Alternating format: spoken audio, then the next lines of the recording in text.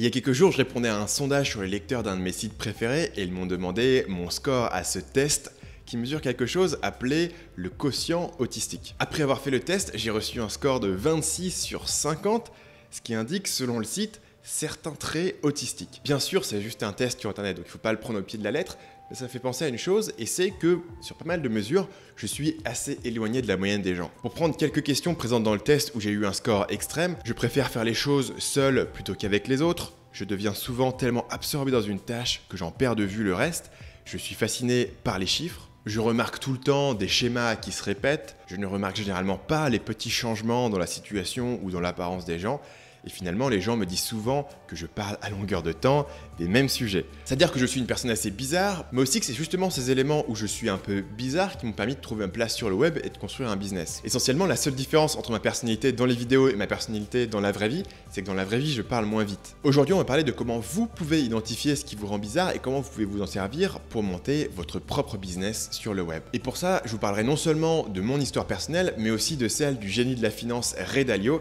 et celle de l'entrepreneur le plus hyperactif au monde, Gary Vaynerchuk.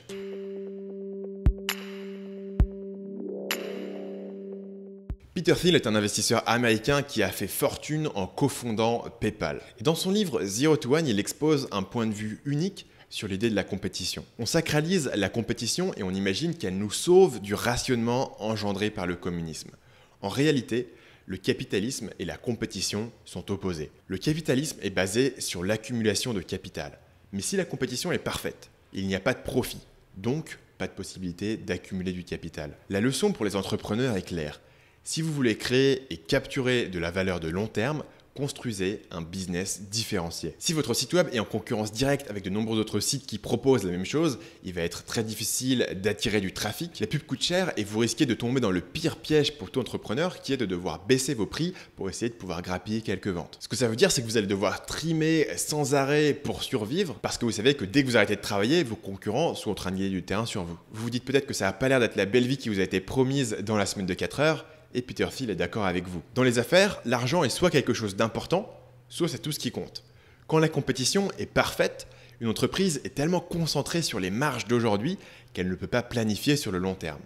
Une seule chose peut permettre à un business de transcender la lutte brutale et quotidienne pour la survie, des profits de monopole. Dans la pensée de Thiel, une entreprise est un monopole si elle est tellement meilleure que ses concurrents qu'elle échappe à cette lutte quotidienne pour la survie et peut se concentrer sur l'innovation. Il prend l'exemple des compagnies aériennes qui ont des chiffres d'affaires importants mais réalisent relativement peu de profits. De manière chiffrée, ça veut dire que sur 2012, le tarif moyen d'un ticket d'avion était 178 $, mais les compagnies ne réalisaient que 37 centimes de bénéfices par passager. Par contraste, Google, qui est dominant sur son marché, peut se permettre de dicter ses propres règles et ils peuvent se servir de ses profits pour réinvestir dans des projets de long terme comme des ballons qui volent à la limite de l'espace pour apporter Internet à des populations qui sont traditionnellement mal connectées. Mais vous n'êtes pas Google et moi non plus. Alors comment pouvez-vous construire votre propre mini-monopole ? L'investisseur américain Warren Buffett a sa propre manière de présenter ce problème. Dans les affaires, je cherche des châteaux économiques protégés par des douves impénétrables. L'idée, c'est que si vous gagnez de l'argent, tôt ou tard, quelqu'un va s'en apercevoir et va essayer de venir grappiller vos parts de marché. La question, c'est quand cette personne va rentrer sur votre terrain de jeu, est-ce que vous serez capable de défendre votre positionnement et de garder vos profits? Ou est-ce que votre business va être peu à peu grignoté par vos concurrents jusqu'à ce que votre marge de profit ait disparu et que vous soyez retourné dans cette fameuse lutte pour la survie? Pour Buffett, vos douves sont votre capacité à protéger votre business face à la concurrence. Et ces douves doivent être basées sur un avantage qui ne peut pas être facilement répliqué par quelqu'un d'autre, ce qui en fait un synonyme du concept d'avantage compétitif. Une douve, ça peut être par exemple une marque comme Coca-Cola, parce que ce ne serait pas très dur de fabriquer un soda équivalent pour un prix même moins cher. Mais en revanche, ça vous prendrait des décennies pour construire la même reconnaissance de marque. Ici, la marque, c'est la douve. Ça peut être l'accès aux données, comme dans le cas de Google, qui est capable de cibler des publicités mieux que quiconque, à part peut-être Facebook. Facebook qui bénéficie en plus des effets de réseau, qui fait que Facebook est utile parce que tout le monde est dessus. Même si un concurrent avait une meilleure idée pour organiser un réseau social, il ne pourrait pas facilement détrôner Facebook et probablement il finirait juste par vendre à Facebook. Ou alors votre douve peut être l'efficacité opérationnelle, comme dans le cas de McDonald's, qui fait tourner des restaurants qui sont capables de servir de la nourriture à des prix relativement abordables à plus de 69 millions de clients chaque jour dans plus de 100 pays. Ou ça peut être une innovation technologique, comme dans le cas de SpaceX, ou encore la capacité à recruter et à former des talents, comme c'est le cas de cabinets de conseil comme McKinsey. En résumé, une douve, c'est un avantage qui ne peut pas facilement être répliqué par vos concurrents. Mais tous les avantages que je viens de vous citer appartiennent à des grosses entreprises et ont pris des décennies à établir. Alors qu'est-ce que vous pouvez faire, vous, en tant que nouvel entrepreneur? Est-ce que vous êtes vraiment voué à faire face à cette compétition insurmontable pour vous en tirer et générer un petit revenu? Clairement non, il suffit de voir les success stories qui sont présentes tous les jours sur Internet. Alors la question c'est comment faire? Quand vous lancez votre entreprise, vous n'avez pas la reconnaissance de marque d'un Coca-Cola ou l'efficacité d'un McDonald's. Mais vous avez au moins une chose qui vous est propre, et cette chose, c'est vous. Cette idée a été popularisée entre autres par l'investisseur Chris Dixon sous le nom de Founder Market Fit, c'est-à-dire le degré auquel votre personnalité et vos talents personnels correspondent à l'idée que vous essayez d'apporter sur le marché. Ce que ça veut dire, c'est qu'il ne suffit pas d'avoir une bonne idée, il faut aussi être la bonne personne pour exécuter cette idée. L'américain Gary Vaynerchuk est un parfait exemple. Fort de son livre best-seller sur les réseaux sociaux Crush It, sorti en 2009, Gary Vaynerchuk aurait facilement pu lever quelques millions auprès d'investisseurs et lancer sa propre start-up qui construit un réseau social. À la place, il a décidé de lancer une entreprise avec un modèle beaucoup moins sexy. Il a décidé de lancer une agence de communication qui travaille pour les plus grosses boîtes américaines. Pourtant, n'importe quel entrepreneur qui travaille dans le domaine des services vous dira qu'il est très difficile de faire grossir ce type d'entreprise. Et puis quand on y réfléchit, est-ce que le monde avait vraiment besoin d'une agence de com en plus? Mais pour comprendre les raisons de ce choix étrange, il faut lister les forces de Gary Vaynerchuk. Il est excellent sur scène dans une conférence, il adore rencontrer des gens, serrer des mains et faire de la vente en face à face, et finalement, c'est un monstre dans la création de contenu. Par contraste, si on prend Mark Zuckerberg comme l'archétype de quelqu'un qui a réussi à monter un réseau social à succès, on voit que son profil est très différent de celui de Gary Vaynerchuk. Et donc logiquement, Gary n'a pas envie d'être en concurrent avec Zuckerberg sur le terrain de la startup technologique. Parce que lire un best-seller ou voir un conférencier génial ou regarder une vidéo motivante ne va pas suffire à vous motiver à utiliser une application de réseau social. On l'a vu par exemple avec l'échec du réseau social Beam lancé par Casey Neistat qui est pourtant un excellent vidéaste avec une audience énorme. Et donc Gary a choisi un business qui exploite parfaitement ses points forts. Comme par exemple sa capacité à impressionner un client en un seul rendez-vous, sa capacité à networker et à construire la marque, sa capacité à donner l'exemple avec son propre contenu, sa capacité à motiver les troupes, sa capacité à attirer des talents à travers son contenu, sa capacité à travailler et à voyager non-stop. Il y a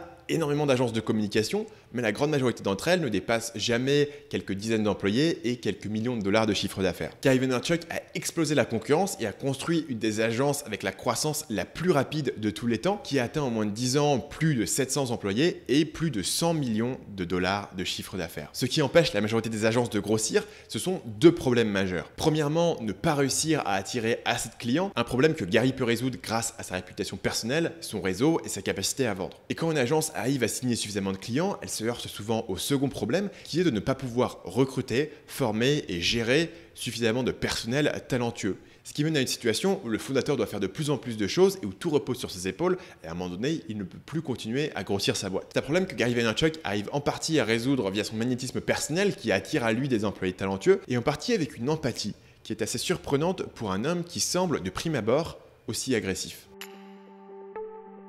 Le danger de ce modèle, c'est que vous risquez de construire un business qui est entièrement lié à votre personnalité. Ce qui veut dire qu'il pourrait être difficile de le vendre ou de déléguer certaines tâches. C'est mon cas par exemple. Le succès de Marketing Mania est basé sur mes particularités personnelles, ma capacité d'analyse, mes références et mon style de création de contenu. Ça me permet d'apporter une valeur assez différente de ce que vous pouvez retrouver sur les autres chaînes qui parlent de marketing. Et d'un autre côté, ça veut dire qu'il serait assez difficile pour moi de recruter d'autres personnes pour s'occuper de cette chaîne. Difficile, mais pas forcément impossible. Le livre Principles de Ray Dalio donne une excellente histoire à ce sujet. Dalio a fondé Bridgewater Associates, le plus gros hedge fund du monde, avec plus de 150 milliards de fonds sous leur gestion. Tout a commencé avec le talent personnel de Ray Dalio, qui lui permettait de décomposer la machine économique et de prédire les prix futurs mieux que quiconque. Mon anecdote préférée dans le livre est de comment son ingénierie financière a permis l'introduction des nuggets de poulet chez McDonald's. McDonald's venait d'inventer un nouveau produit, le Chicken McNugget, mais ils hésitaient à le lancer parce qu'ils craignaient qu'une montée des prix du poulet écrase leur marge. Les producteurs de poulet n'acceptaient pas de vendre à un prix fixe car eux-mêmes avaient peur d'une montée de leurs coûts qui écraserait leur propre marge. En y réfléchissant, j'ai réalisé que, en termes économiques, un poulet peut être vu comme une simple machine constitué d'un poussin plus sa nourriture. Le coût volatile qui inquiétait le producteur de poulet était la nourriture de l'animal. J'ai montré aux producteurs comment utiliser un mix d'options sur les prix futurs du maïs et du soja pour bloquer leurs coûts futurs, de manière à pouvoir vendre à McDonald's à prix fixe. McDonald's, ayant largement réduit leurs risques liés au prix des matières premières, a introduit le McNugget en 1983. Le problème, c'est qu'un génie solitaire de la finance n'est pas capable de construire un fonds qui est capable de gérer plus de 150 milliards tout seul. Il doit donc construire une organisation autour de lui. Et surtout, il doit trouver un moyen de transformer cet avantage personnel en un avantage institutionnel. Pour Bridgewater, ce processus est passé par la création d'un ensemble de principes, d'où le titre de son livre. Ces principes sont un ensemble de règles de décision qui ont été codifiées à la fois à l'écrit et dans des algorithmes informatiques. L'objectif, c'est de prendre cet avantage intellectuel que possède Ray Dalio et de l'étendre à l'ensemble de son organisation. Selon Dalio, sans principe, nous serions forcés de réagir à chaque situation de manière individuelle, comme si nous la rencontrions pour la première fois. Si nous classifions plutôt ces situations dans différents types et avons des bons principes pour y faire face, nous prendrons de meilleures décisions plus rapidement et vivront de meilleures vies en conséquence. Bien souvent, l'avantage qui permet à une entreprise de réussir vient à l'origine des particularités du fondateur qui sont ensuite codifiées et transmises jusqu'à devenir une force pour l'entreprise tout entière.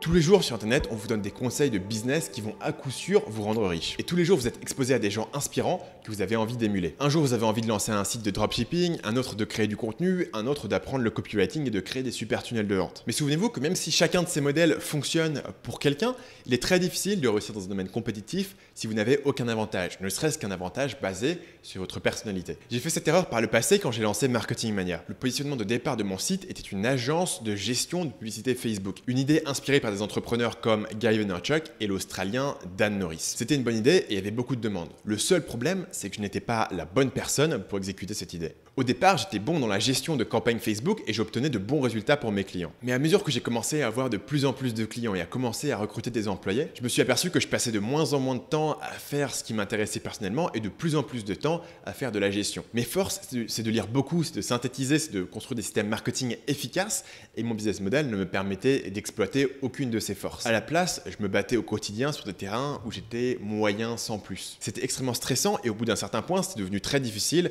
de grossir. Et pourtant, l'idée de base était bonne. Bref, ce n'est pas parce qu'une idée est bonne qu'elle est bonne pour vous. De la même manière, la majorité des chaînes YouTube ne décollent jamais. Et faire une chaîne YouTube, c'est pas pour tout le monde. Mais j'ai trouvé un moyen d'y appliquer mes forces personnelles qui n'étaient pas très utiles dans le contexte d'une agence et qui sont beaucoup plus précieuses dans la création de contenu. Ce qui a permis à la chaîne d'avoir de très bons résultats.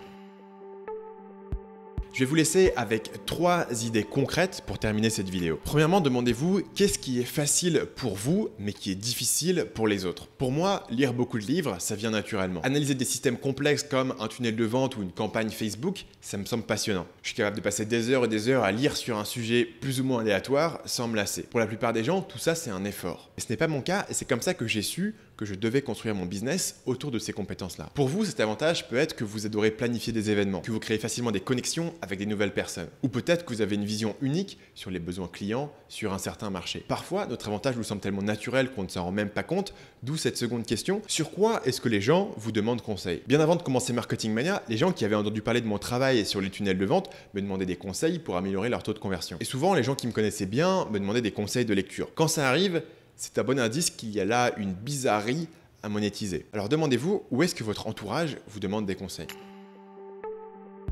Deuxièmement, privilégiez les idées où vous avez un avantage. Parce que si vous lancez un business qui ne demande aucune compétence, aucune particularité personnelle et que vous espérez gagner votre vie rapidement, vous risquez d'être déçu. Personne n'échappe à la loi de l'offre et de la demande. Et si vous pouviez rapidement et facilement construire un business dans un domaine, et bien tout le monde va le faire et le marché va rapidement devenir tellement concurrentiel qu'il n'y aura plus moyen de vraiment faire de l'argent. C'est vrai, sauf si vous avez un avantage. C'est pour ça que si j'étais vous, je me méfierais des gens qui vous promettent des gains rapides, même si vous n'avez aucune compétence. Pour prendre un exemple totalement au hasard, si vous imaginez que vous allez pouvoir sourcer un produit sur Alibaba, le mettre sur un site Shopify, faire de la pub Facebook et avoir une campagne qui va être rentable, vous suivez un modèle qui peut être répliqué par n'importe quel Pékin en 3 jours. Je ne dis pas que c'est impossible, mais vous avez intérêt à avoir un avantage. Que ce soit une audience, un talent pour créer du contenu, une maîtrise du marketing viral, l'accès à un produit unique, ou encore la capacité à acheter du trafic moins cher que vos concurrents.